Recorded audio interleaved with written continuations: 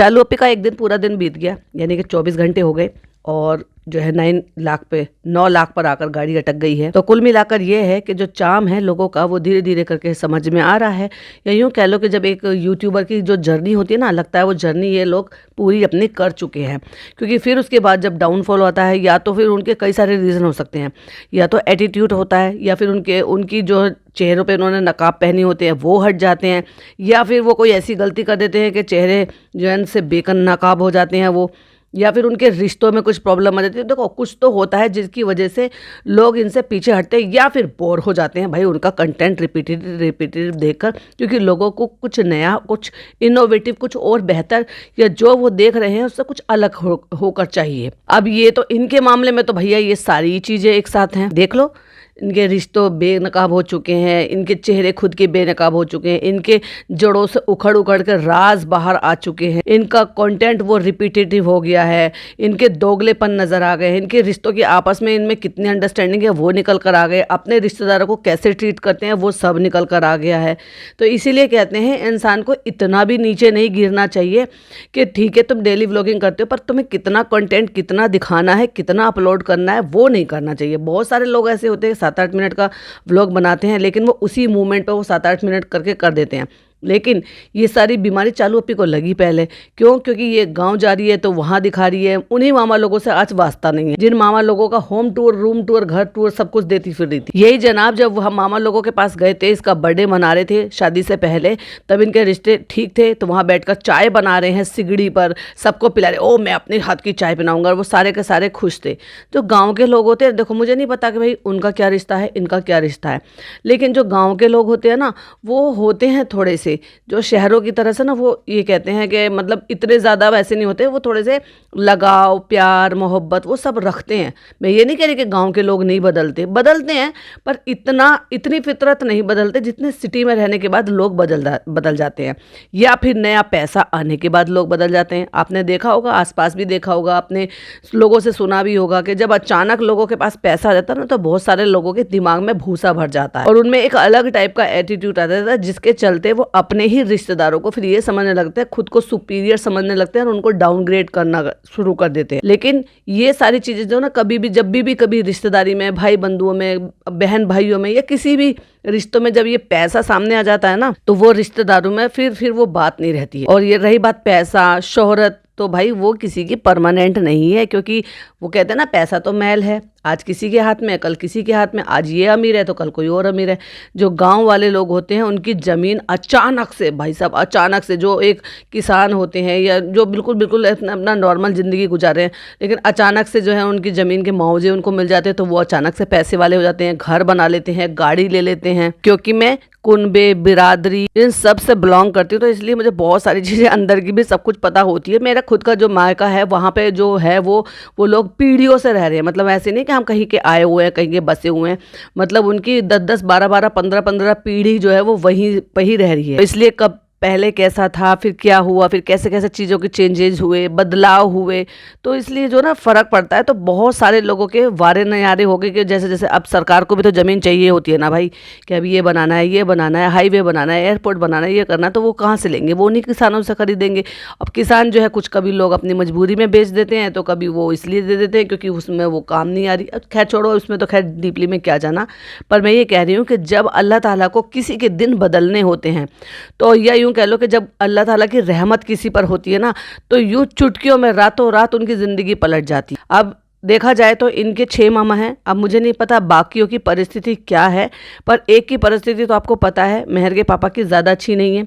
नेहा के थ्रू जो भी कुछ पता चला, या वहाँ के और लोग जो है उनके थ्रू जो भी पता चला, वो यही है कि भाई वो गरीब हैं और बस अपना खा रहे हैं, कमा रहे हैं, कुछ नहीं है। उनका घर की कंडीशन भी ऐसी है कि जो माँ बाप से उनको घर मिला था रहने के लिए, वो जिस कंडीशन में था, जब का बना हुआ था, आज भी उसी मकान में वो रह रहे। बस टाइम टू टाइम हो सकता है उसकी वाइट वॉश वगैरह करा लेते हों, वो जो वाइट वाले में नील घोलकर जो लगा देते हैं, वही वाला हमेशा की तरह। हाँ, अम्मा का इन्होंने एक दो दफ़ा चेंज कराया तो वो पिस्ता कलर और ऐसा कलर करा दिया था। तो कहने का मतलब ये है कि उनकी अर्निंग ज़्यादा अच्छी नहीं है, तो उनकी ज़िंदगी का गुजर बसर जो है ना, बस उतना ही है कि अपना रोज़ कमा रहे हैं, रोज़ खा रहे हैं। बाकी देखा जाए तो फिर उनके बाबू मामू की बात की जाए तो वो उनकी थोड़ी अच्छी हैसियत है और उनका घर वगैरह उन्होंने अच्छा बना दिया है। हो सकता है शायद उनका काम ज़्यादा अच्छा हो सकता है उनके बच्चे ज़्यादा पता हो।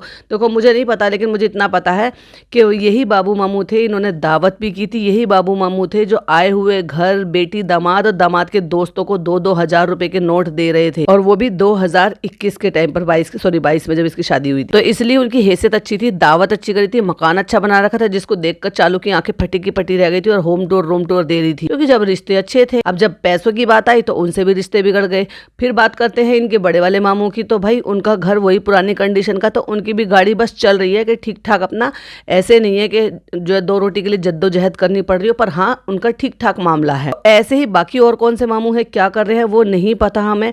हाँ लेकिन ये है कि जो इनके छोटे वाले मामू ये कहीं बाहर रहते हैं, जॉब करते हैं, तो इनका पढ़ा लिखा माहौल है और एक मिडिल क्लास फैमिली जो एक जॉब वाले पर्सन होते हैं उसके हिसाब से अपने बच्चों को अच्छा कल्चर दे रहे हैं, पढ़ाई लिखाई एजुकेशन पे वो ध्यान दे रहे हैं। गांव से वहां से निकल गए हैं, तो अब इनका टच है। क्यों? क्योंकि वो सबसे छोटे वाले मामू हैं, तो भाई वो इनके दोस्त भी हो गए, इसलिए इन्होंने यारी दोस्ती निभा के रख रखी है। बाकी किसी से कोई मतलब नहीं है। अच्छा उनको मतलब तो उनको भी नहीं है, क्योंकि भाई साहब वो भी मतलब के यार हैं। जन्नत में भेज रहे थे इनको, इन्होंने कभी इनको बताया, सदाया कि तुम जो जन्नती हो, तुम ऐसे जन्नती हो कि तुम एक्स्ट्रा मैरिटल अफेयर रखोगे किसी औरत के साथ, जबकि वो शादीशुदा है? तो क्या ये जो है जन्नती लोगों के काम होते हैं? खैर बहुत सारी जिस बात पर इन्होंने ये कहा है कि मेरा ये तो शानू तो जन्नती है, उस पर अगर बात की जाए तो जो दुनिया में ही दिख रहा है, हमें नहीं पता कि भाई अल्लाह ताला कब किसको कौन से नुक्ते पर बख्श दे, कौन से नुक्ते पर उसको जन्नत दे दे और कौन से नुक्ते से उसको जन्नत से महरूम कर दे।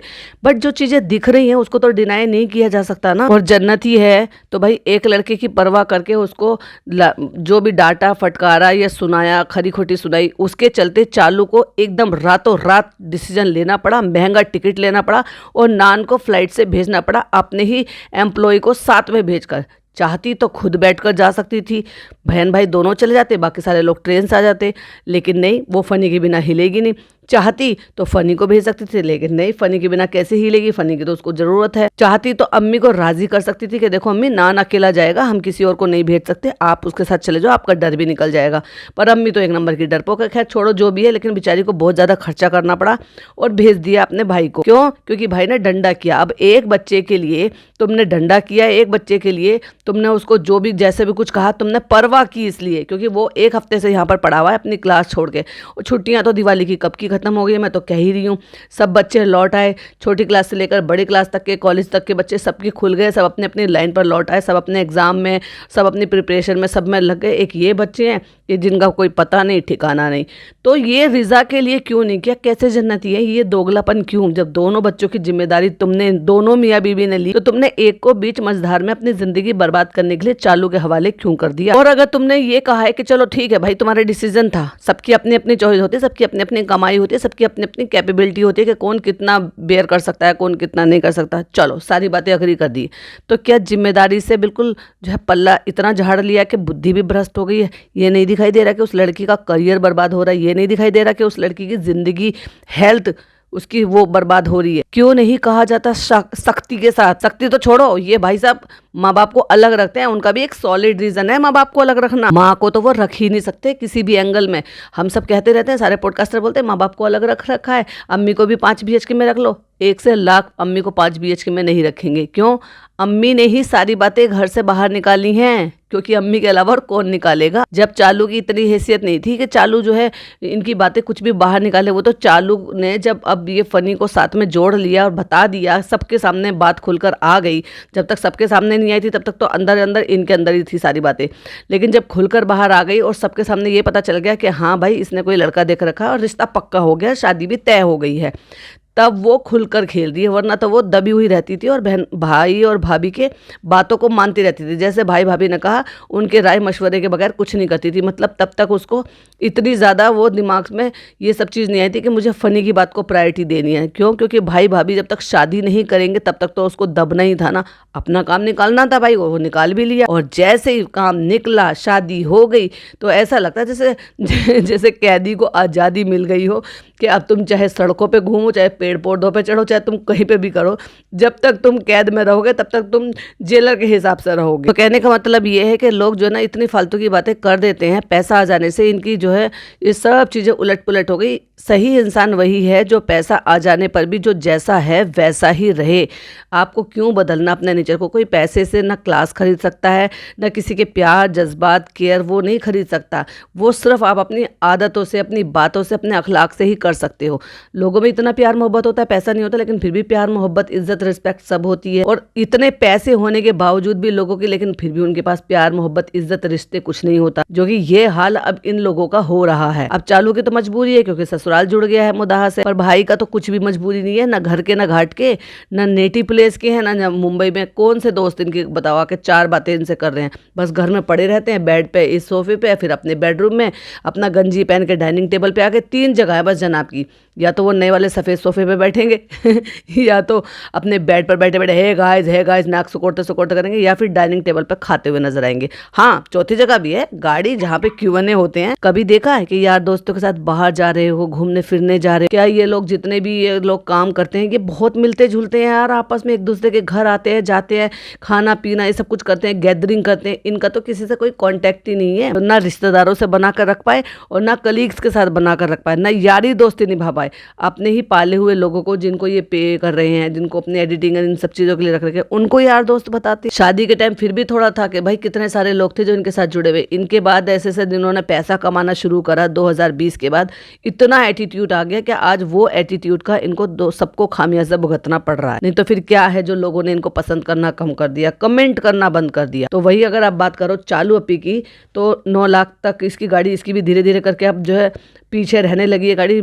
सबसे पहले तो डाउनफॉल आया भाभी का, क्योंकि भाभी ने तो भैया 7वें आसमान पर कदम रख दिया था। गेट लॉस्ट, डोंट टच, ये फलाना ढिमाक। अरे जिन चीज़ों के लिए तुम्हें जाना जाता था, पहचाना जाता था, तुम्हें प्यार करते थे लोग ना लिटरली ये समझने लगे थे कि भाई जैसे ये ससुराल सिमर के में एक्ट करती है ना, ये असलियत में भी वैसी है। लेकिन सबको ये थोड़ी ना पता था कि ये वहां पर भी सीरियल ही बना रही है, एपिसोड पे एपिसोड। लेकिन चालू अपी की बदौलत, क्योंकि चालू अपी वही उसी घर की ब्लॉगर थी, और बहुत सारी चीज़ें जैसे आपको बिहाइंड द सीन देखने को मिलते हैं ना, वो चालू अपी के कैमरे में आपको सीन देखने को मिले। फिर इनकी जड़ों से चीजें निकल कर बाहर आई, वो भी चालू अपी के बदौलत, क्योंकि ये लोग तो वहां जाते ही नहीं थे, चालू जाती थी भाग भाग के, क्योंकि उसका प्यार था वहां पर, उसके रिश्तेदार थे वहां पर, और फिर उनकी माँ यहाँ पर थी। तो चीजें जो है पहले चालू की माँ से और फिर उनकी माँ से, वो धीरे धीरे करके, अब सच है या झूठ है भाई ये तो हमें नहीं पता, ऊपर वाले को बेहतर पता है, पर चीजें जो निकली वो तो नानी के थ्रू ही निकली है। ये तो बात सबसे बाहर बोली गई है। और आप सबने ये भी नोटिस किया होगा कि जब ये बातें बाहर निकली, और अगर ये बातें बेबुनियाद थी या कुछ भी थी, तो फिर नानी को बायकॉट क्यों कर दिया गया था। लेकिन जब रियलिटी शो में आए तो भाई अब लोगों ने कॉल आउट किया, तो क्योंकि फिर तो उनको भीख मांगनी थी उसकी कि हमें जो है वोट दे दो, ये दे दो, और अपनी अच्छी छवि भी बनानी थी। तो वो ज़माना भी लेकर आया वक्त इनका, और पैसा जो है वो ज़माना लेकर आया कि लिटरली मैडम इंतज़ार में नीचे खड़ी हुई थी, हाथों से अम्मा की गंदी चप्पलों को अपने मैनिक्योर पेडिक्योर वाले हाथों से नीचे रखी। अम्मा आओ पहनो, चलो चप्पल पहनो।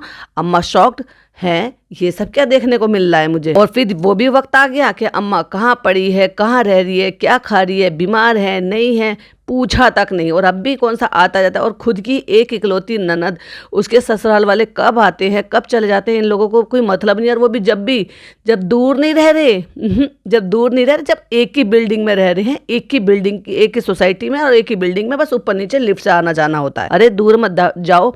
एक सिंपल से एग्जाम्पल देती हूँ, वहां पर सुम्बुल रहती है, डॉक्टर सुम्बुल रहती है, उसी सिटी में रहती है, जबकि बहुत दूर का रास्ता है। मेरे ख्याल से शायद वो जो बता रही थी कि 45 मिनट के अराउंड उनको लगते हैं अपने घर से इनके घर तक जाने के लिए, और ट्रैफिक मिल जाए तो और भी ज़्यादा। लेकिन अगर आप नोटिस करोगे, इनके आपस में रिश्ते अच्छे हों या बुरे हों, वो बताकर आए या ना बताकर, हालांकि अभी तक बताकर नहीं आए, लेकिन जब भी वो यहाँ आते हैं वो डेफिनेटली अपनी भतीजी के पास जरूर जाते हैं, क्योंकि उनके रिश्ते थोड़े ना खराब है। तो चालू ने तो खराब कर रखे हैं, आप सोच लो भाई किसने खराब कर रखे हैं। और बेटा उनका खुद का बेटा तो पैसों का भूखा है, जो अपने माँ बाप को छोड़ सकता है वो बहन को क्यों ही पूछेगा। और अब उनको भी घंटा फर्क नहीं पड़ता, क्योंकि उनको भी अब पैसों की लत लगी हुई है भाई, पैसों की आदत है कि हमारा तो घरन भरन सब चल रहा है, यहाँ पे घर चल रहा है, अब ठीक है तुम्हें जो कुछ करना है। वैसे भी नालायक बेटा था, कुछ करता तो था नहीं, तो चलो भाई तू ले जा, कम से कम इसके बहाने से ये तो लगेगा कि हाँ कहीं सेटल हो गया है, कुछ दिख रहा है, रुतबा मिल रहा है, ये मिल रहा है, वो मिल रहा है। पर धीरे धीरे उन्होंने अब उस बात को एक्सेप्ट कर लिया, वरना शुरुआत में उसके माँ बाप दुखी रहते थे, परेशान होते थे, तानाकसी करते रहते थे। उसके पापा का रवैया था आप शुरुआत डेज में देखो जरा, लेकिन जैसे ही रेस्टोरेंट खुल गया, घर बन गया और यहाँ का घर बनाने लगे, यहाँ प्रॉपर्टी खरीदने लगी, तो पैसा तो ऐसी चीज़ है कि भाई अच्छों का नज़रिया बदल देता है।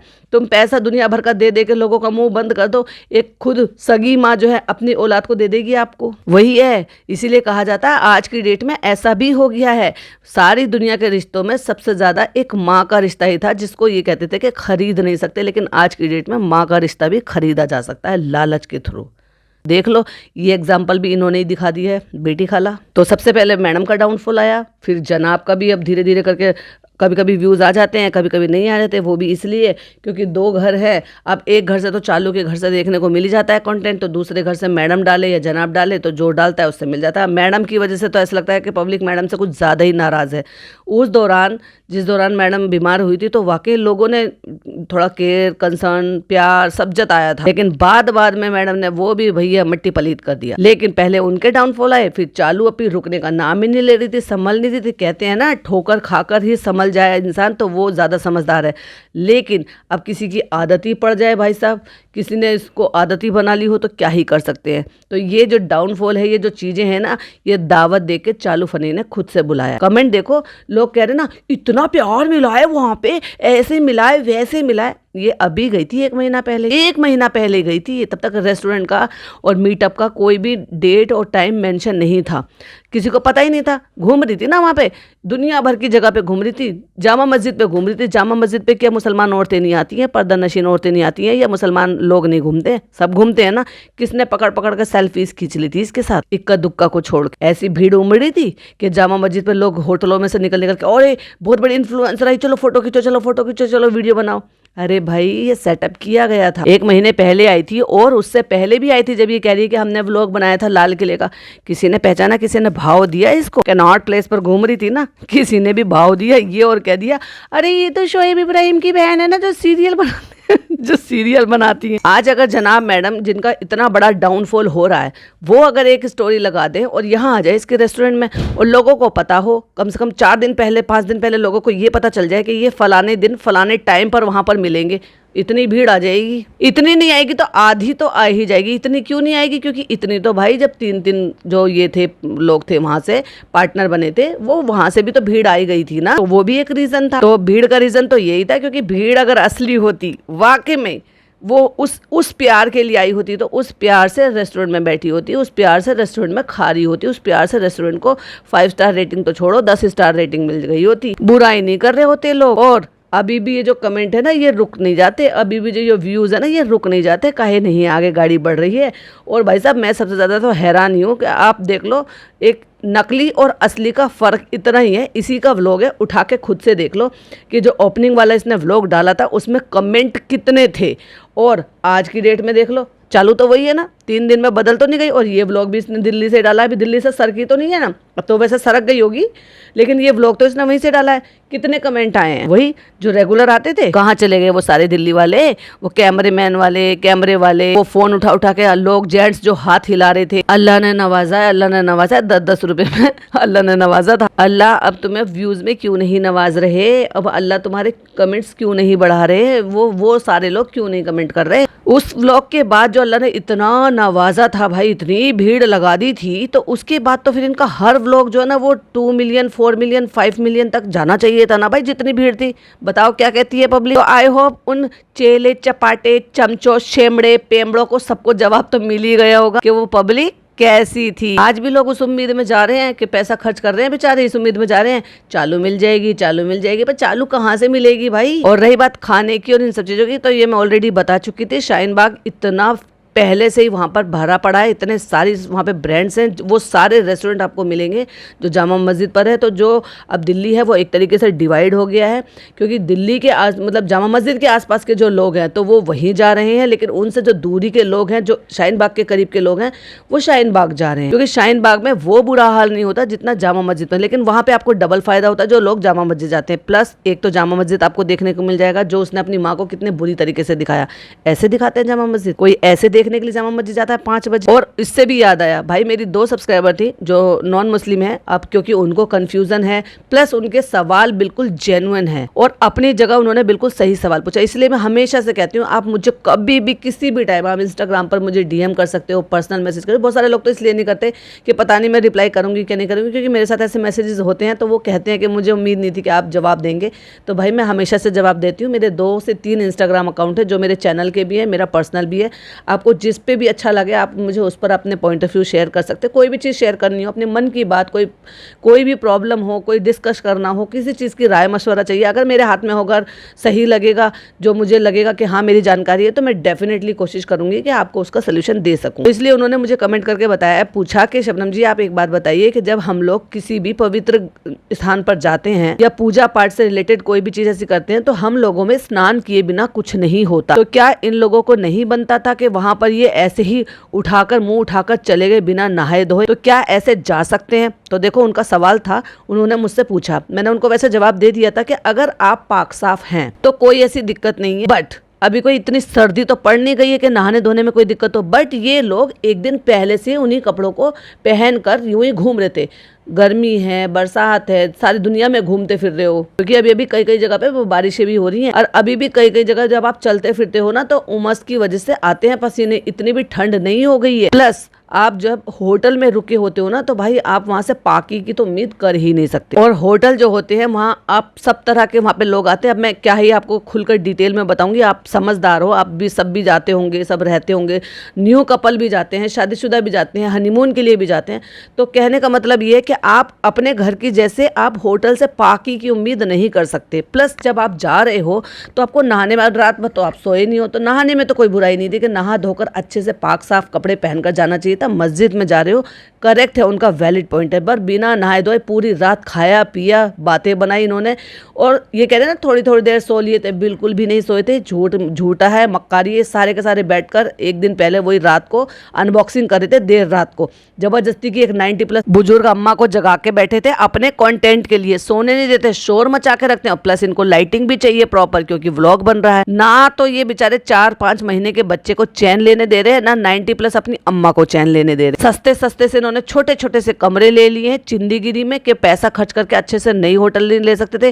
किसी भी होटल में आपको बालकनी देखने को नहीं मिली तो आपको नजारे भी देखने को नहीं मिलेंगे। कितना सस्ता काम करा इस चिंदी औरत ने। और उसमें भी हाय तौबा मचा रही है कि फ्रेंड्स इतनी महंगी टिकट थी, हमें नान को महंगी टिकट से भेजना पड़ा। तू असली बात क्यों नहीं बताई, बताया क्यों नहीं तुझे कि तुझे भाई से डांट पड़ी? मजा तो जब आए जब भाई जो है अम्मी को इसके इन्फ्लुएंस में आने से रोके, इसके घर जाने से रोके। और जब ही हमें ये भी पता भाई कितना अच्छा बेटा है कि अपने पापा का तो ध्यान रखता है, नो डाउट कि उनके लिए सारे ऐश और आराम का सबका ध्यान रख रखा है। हाँ वो अलग बात है कि फोन ले लेते हैं, वो अलग बात है कि एक कमरे तक सीमित रखते हैं, वो अलग बात है कि बाहर नहीं निकालते हैं, वो अलग बात है कि कभी पैर नहीं दबाते हैं, वो अलग बात है कि कभी 4 बातें नहीं करते हैं बैठकर, क्योंकि वो दिखता ही नहीं है भाई। लेकिन अम्मी को भी रोके, क्योंकि भाई रेड फ्लैग से ज्यादा की बातें हो गई है अब। क्यों? क्योंकि रेड फ्लैग तब था जब अम्मी की रिपोर्ट्स खराब आई थी। और ये इतने ऐसे लोग हैं कि अपने लिए कि ट्रोलिंग ना हो, क्योंकि अंधा खाना, अंधा दिखाना, अंधाधुंध दूसरों को ज्ञान बांटना, उसके लिए इनको ट्रोलिंग मिलनी ही मिलनी थी। उससे बचने के लिए एक बार भी ये नहीं बताया कि जो हमने टेस्ट कराए थे उनकी रिपोर्ट्स में क्या आया, कि रिपोर्ट ठीक आई है। अब मैडम की रिपोर्ट ठीक आ जाती है तो फटाफट से बता देते हैं, तो जब वहीं अम्मी की रिपोर्ट ठीक करा रहे हो तो क्यों नहीं बता रहे? और उसके बाद जो वो अम्मी का प्रोसीजर कराया था उसके बारे में तो जिक्र ही नहीं करा, बस व्लॉग बना लिया, अपनी माँ को बिना दुपट्टे के दिखा दिया, ऐसी हालात में दिखा दिया और बस बन गया, कंटेंट बना लिया, पैसा कमा लिया। ये जन्नती लखपति बेटा जो अपनी माँ को ऐसे हालात में दिखाकर सारी दुनिया को बेपर्दी करा के और उसके बाद ये सब कुछ कर रहा है। तो रोको ना अपनी माँ को, क्यों अपनी बहन को बर्बाद करने दे रहे हो, अपनी माँ की खुद की हेल्थ को, सेहत को। क्या कह के लेकर आई थी कि फ्रेंड्स हम लेकर जा रहे हैं अम्मी को, अब हम अम्मी को मीठा नहीं खाने देंगे, ये नहीं करने देंगे, वो नहीं करने देंगे। भाई साहब हर जगह वो चल नहीं पा रही थी। ये बहुत बड़ी प्रॉब्लम है, बहुत बड़ी समस्या है, क्योंकि चलने फिरने की तो अम्मी को आदत ही नहीं रही। अब सोच कर देखो, जब 36 साल की एज में चालू का ये हाल हो गया कि उसने पूरा एक साल ऐसा हुआ कि बैठ के और सिर्फ खा खा के निकाला है। तो अम्मी तो पिछले 5 साल से हम यही देख रहे हैं अम्मी को, इसीलिए तो उनकी सेहत का ये हाल हो गया है। अगर वो सिर्फ वॉक भी करती रहती ना, जो कि इस एज में लोग अपनी सेहत के लिए थोड़े जागरूक हो जाते हैं, क्योंकि जब वो अब एक एज हो जाती है तो उसके बाद जो टेस्ट वगैरह है वो कंपलसरी हो जाते हैं कि हर 6 महीने पे या साल भर में आपको कराने पड़ते हैं, ये देखने के लिए कि आपका सिस्टम सब ठीक चल रहा है नहीं चल रहा है। अब उम्र बढ़ती है तो चीज़ें भाई अब क्या करें, नया शरीर थोड़ी ना है। तो इतने सारी रिपोर्ट्स ऊपर नीचे आ रही है इनकी, लगभग 1.5-2 साल से अगर आप देखोगे तो 1.5-2 साल से ये सब चीज़ें थी कि अम्मी को ये हो रहा है, वो हो रहा है, ये हो रहा है, वो हो रहा है। लेकिन उसके बाद भी अभी तक भी कोई स्ट्रिक्ट एक्शन नहीं लिया भाई ने। तो माँ से भी हाथ जोड़ दिया, पल्ला झाड़ लिया कि चल तुझे बर्बाद करना है तो तू कर ले, और क्योंकि सुनती नहीं है वो माँ भी उनकी, और भाई रिजा से तो है ही नहीं। तो ये कैसा इंसान है, ये कैसा दोगलापन है। और ये पॉडकास्ट बनाने का रीजन ही यही था कि इसने इतनी घाई घाई में उनको भेजा, भगाया महंगा टिकट लेकर, और जब प्लेन का ही टिकट करना था तो इसने अपने एम्प्लॉय को साथ में भेजा, फिर कह रही है महंगा है महंगा है। तो दोनों को पिज्जा और नान को क्यों नहीं भेजा? वो चली जाती ना, वो जाके अपनी पढ़ाई वगैरह करती, पर नौकरानीगिरी करानी है उससे। एडिटर का तो तेरे पास काम भी है यहाँ पर, वो चला जाएगा, तू चाहे 1 दिन बाद जा रही है 2 दिन बाद जा रही है। और अगर तेरे टिकट कंफर्म हो चुके थे तो इतने दिन, जहाँ इतने दिन की बात थी वहाँ भाई 1 दिन भी रुक सकते थे। लेकिन भाई साहब बुरी तरीके से वाट लगाई है चालू अप्पी, इसलिए चालू अप्पी को ये भग भग के जल्दी जल्दी में डिसीजन लेना पड़ा। होपलेस होके बेचारी अभी तो कहती कि फ्रेंड्स हमारे टिकट नहीं हुए, हम ये कर रहे हैं, हम वो कर रहे हैं। अगले सीन में गाड़ी में बैठी हुई नजर आई कि हम तो एयरपोर्ट जा रहे हैं, और एयरपोर्ट जाने के लिए पूरे खानदान को लेकर गई है, बस बच्चे की माँ को लेकर नहीं गई है। एनीवे कुछ 1-2 चीजें थी आपके साथ शेयर करनी थी। आई होप आपको वीडियो पसंद आई, और आपका क्या कहना है प्लीज कमेंट में जरूर से बताइएगा। वीडियो पसंद आए तो लाइक शेयर कीजिएगा, चैनल पे पहली बार आए तो सब्सक्राइब कीजिएगा। फिर मिलती हूँ एक और नई वीडियो के साथ। टिल देन बाय बाय, अल्लाह हाफिज, टेक केयर।